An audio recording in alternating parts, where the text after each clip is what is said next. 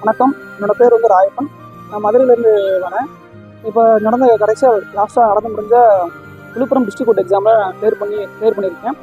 நான் அகாடமியில் நம்ம கிம்ஸ் அகாடமியில் 2 வருஷமாக இங்கே தான் படிச்சுக்கிட்டு இருக்கேன். சாரோட ஹாஸ்டலில் தான் தங்கி படித்தேன்.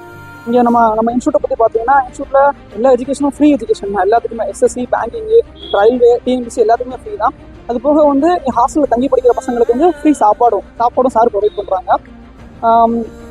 இப்போ பேச்சு சாரை பற்றி பார்க்கணும்னா, அந்த அகாடமி நிறுவனம் பேச்சு சார் தான். இவங்களை பற்றி நான் சொல்லலாம் 2 இதில் சொல்லணும்னா, நம்ம சார் வந்து ரொம்ப ஸ்ட்ரிக்டாக இருப்பாங்க, ரொம்ப ஸ்ட்ரிக்ட்டு. ஆனால் அதே டயத்தில் நான் அவர்கிட்ட தனிப்பட்ட முறையில் பார்த்த ஒரு விஷயம் என்னன்னா, நம்ம வெற்றி கோட்டுக்கு பக்கத்தில் இருக்க மாணவரை சார் கையை பிடிச்சி இழுத்துட்டு போய் வெற்றி கோட்டை அடைய வைப்பார். அதே நான் சார்கிட்ட பார்த்து இப்போ நான்லாம் படிக்கும்போது சார் வந்து இந்த பையன் கொஞ்சம் பக்கத்தில் வந்துட்டான்றப்ப என்னன்னா, பசங்கிட்ட ஹாஸ்டல் நான் தங்கி படிக்கும்போது பசங்கிட்ட சொல்லுவார், சார் இந்த மாதிரி இந்த பையனுக்கு எந்த வேலையும் கொடுக்காதீங்க, அந்த பையனை படிக்க விடுங்க, அந்த பையன் அந்த டைம் கிளியர் பண்ணுவான், அவனை படிக்க விடுங்க, அவனுக்கு அதிகமாக வேலை கொடுக்காங்கன்னு சார் சொல்லிக்கிட்டே இருப்பாங்க. இது மட்டும் இல்லாமல் வேலைக்கு போய் சார் நான் திட்டுவார்.